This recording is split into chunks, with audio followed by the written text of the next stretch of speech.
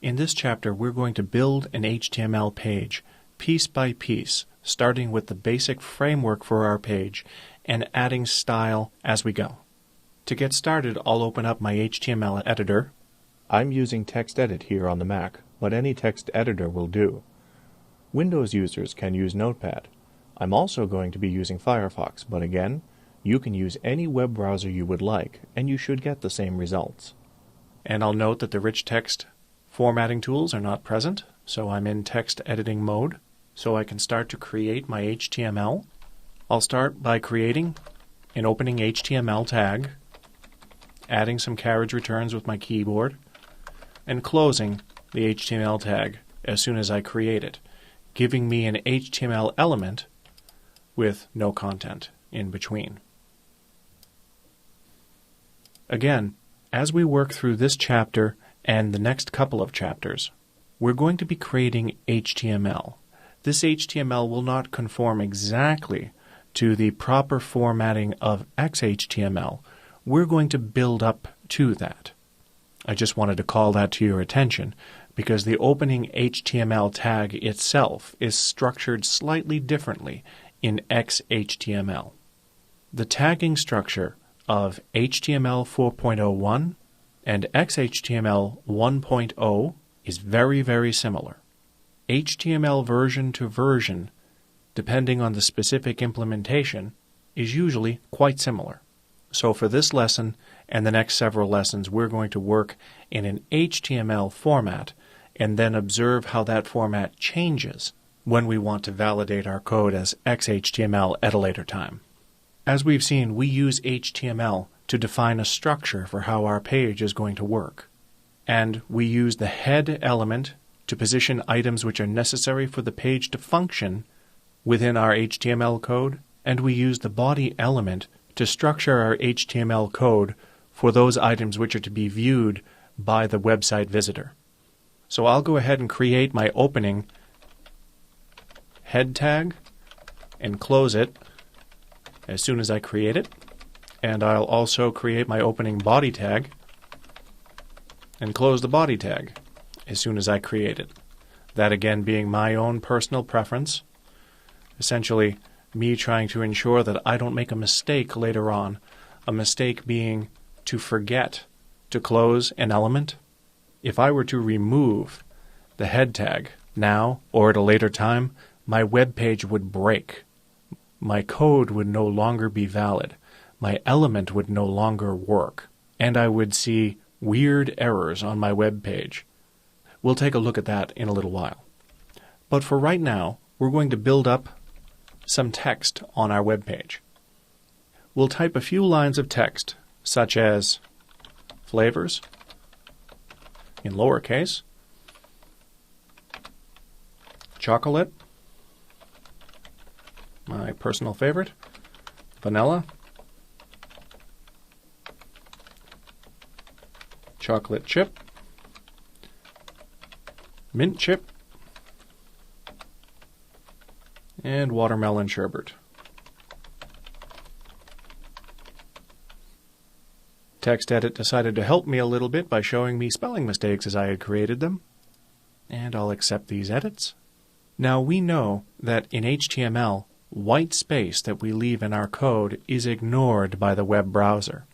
Let's take a look at what that looks like. To observe what your web page looks like in a web browser, you must first save your file. So I'll go File and Save As. In this case, I'll save my file in the Chapter 02 folder, and I'll call my file index.htm, or HTML if you prefer.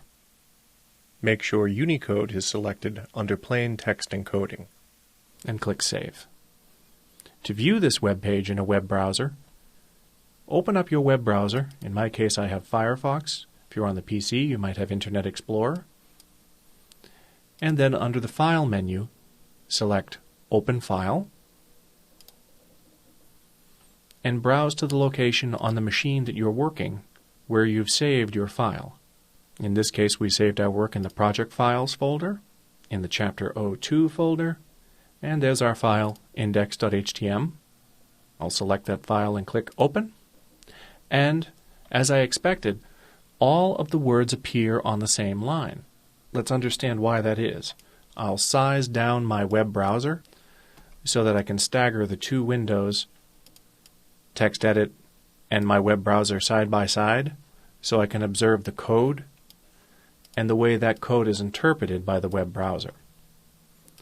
Looking at the code, I can see that there is no instruction after the word flavors to tell the web browser to drop down to the next line before displaying the word chocolate. One way that I could get an instruction into this page would be to use the break tag. The syntax for the break tag in XHTML is open caret, BR for break, space, / close caret. The red dots that appear underneath the BR in the BR tag are just an indicator to you from TextEdit that it's trying to spell check the text that you're typing. TextEdit doesn't know you're creating HTML. It doesn't know HTML from words, and so it will try to spell check everything. That could be handy when you're writing words, such as vanilla, and you misspell it, but not so helpful for our HTML tag. So I'm just going to ignore those red dots under the BR and the BR tag. And I will continue to add breaks to this formatting because I want to have a new line appear after each word. I'll add a BR space / close caret after the word chocolate. And to make sure that everything is working, I'll go File and Save to save my file. Switch over to my web browser. Locate the Reload Current Page button in Firefox or Refresh on the PC in Internet Explorer. Hit that button and observe that the two breaks that I added after the word flavors and the word chocolate are doing their job in the web browser. So I'll continue to add breaks after each of these words. Now I might want to make things easy on myself because as I start to type, if I'm going to add a break after each line, this could be a long document, I might start to make a mistake. To reduce the chances of me making a mistake, I'm going to select, using my mouse, my properly formatted break tag, and under the Edit menu, I'm going to copy that into memory.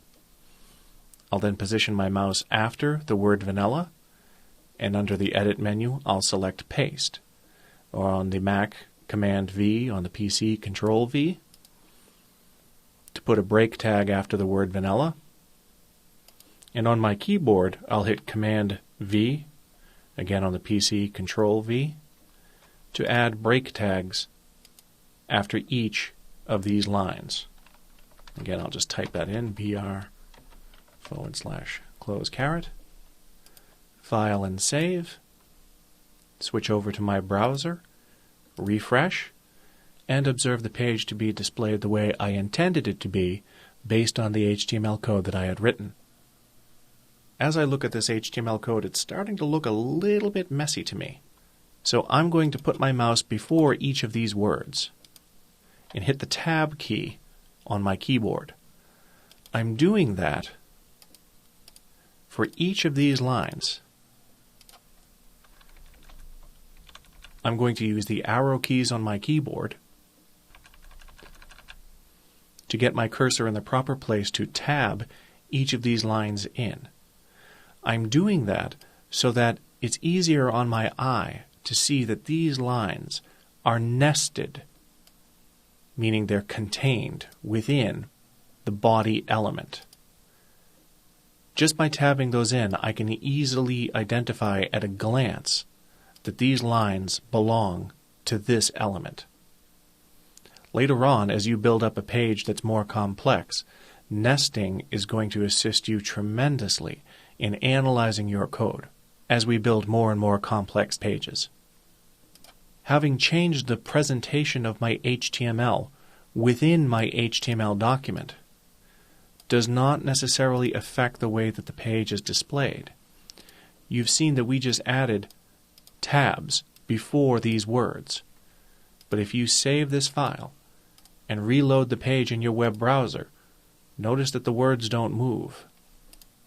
The web browser is interpreting your lines of HTML as they are read, ignoring the space around the text and the HTML markup that you add around that text.